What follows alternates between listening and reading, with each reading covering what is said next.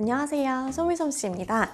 오늘은 직선 받기, 곡선 받기, 지그재그 받기, 시접 간격 맞춰서 받기 이렇게 4가지 방법과 주의사항을 알려드릴게요.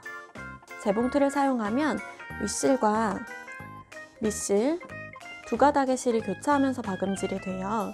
보통 위아래로 같은 색의 실을 쓰고요. 윗실을 구갈에 감아서 쓰시면 됩니다. 그러면 먼저 밑실을 감아 보겠습니다. 윗실을 재봉틀에 써있는 순서에 맞게 걸어주시면 돼요. 여기 1번, 2번, 3번, 4번, 그리고 실 끝을 북 아래 구멍에 한번 띄우시고 3바퀴 정도 감아주세요. 그리고 방향이 헷갈리면 안 되는데 이렇게 시계 방향으로 되도록 그대로 끼워주시고 레버를 밀면 자동으로 감깁니다. 밑실을 끼울 때는 방향을 잘 맞춰주셔야 돼요.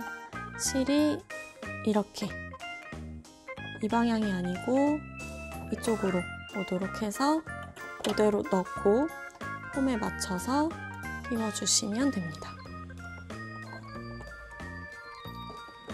덮개를 닫고 윗실도 끼워볼게요.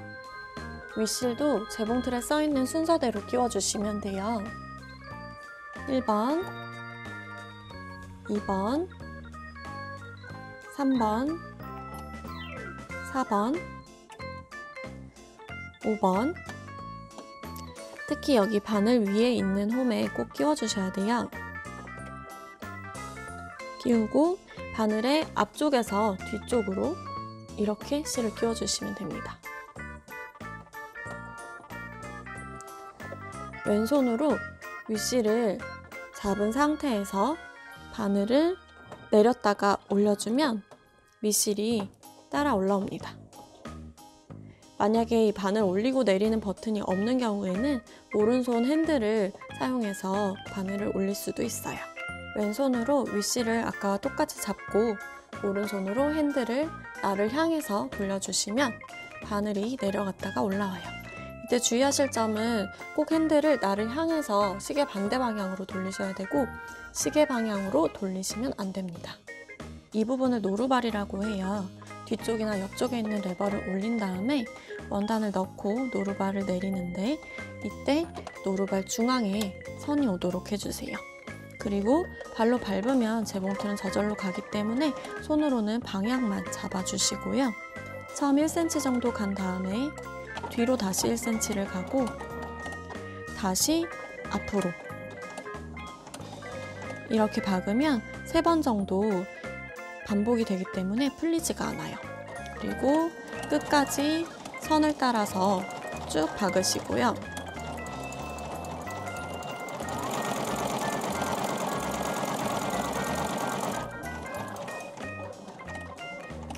마지막 부분도 뒤로 갔다가 다시 앞으로 이렇게 되돌아받기를 해줍니다. 노루발 올리고 원단을 빼주시면 돼요.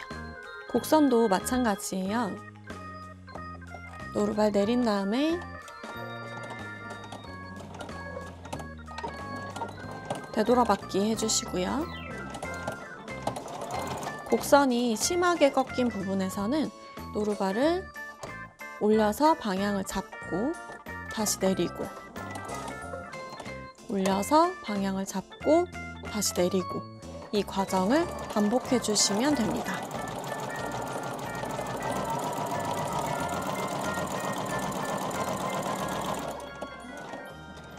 끝에 되돌아받기 해주시고요. 자동 사절 기능이 없는 분들은 바늘을 올린 후에 노루발을 올리고 옆으로 실을 빼서 끊어주시면 됩니다. 지그재그 받기를 해볼게요. 처음 시작은 똑같아요. 되돌아받기 하시고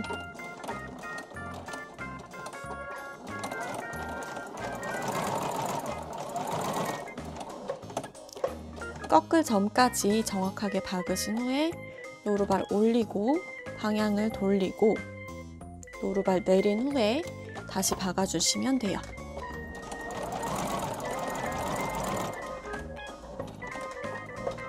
이 과정을 반복해 주시면 됩니다.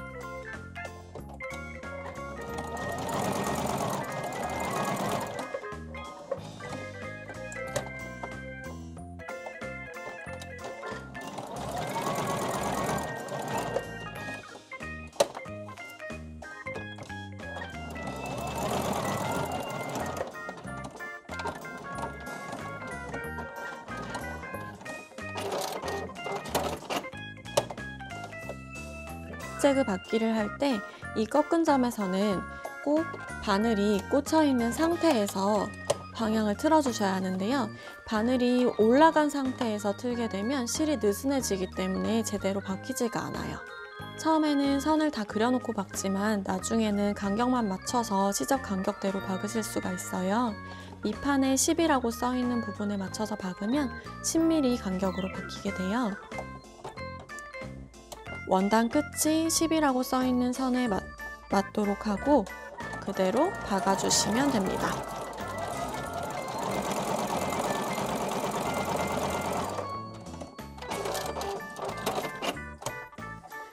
이렇게 박으면 간격이 딱 1cm로 박히는 것을 알 수가 있어요. 오늘은 기본적인 재봉틀 사용법에 대해서 알려드렸어요. 기초 중에 기초지만 연습 충분하게 해주시고요. 오늘 영상이 유익하셨다면 좋아요와 구독 부탁드릴게요. 지금까지 솜미솜씨였습니다.